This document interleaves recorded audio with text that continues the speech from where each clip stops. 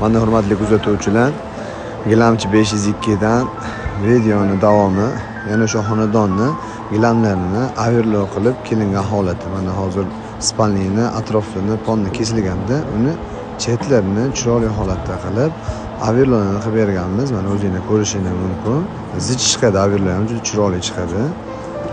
Bu yana bitta spalni, otalarning spalnilari.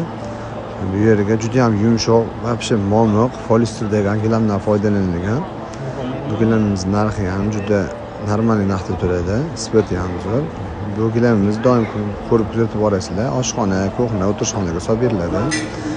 Bular esa koridorimiz, avalniy bilan to'ldirib berilgan kichkina avalniy joyi bor edi va bu zinamiz.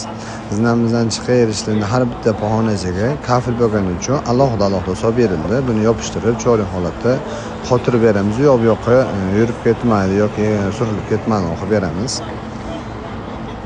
Ko'rib baho berib, like bosib qo'yinglar, yaqinlarga yuborib qo'yinglar.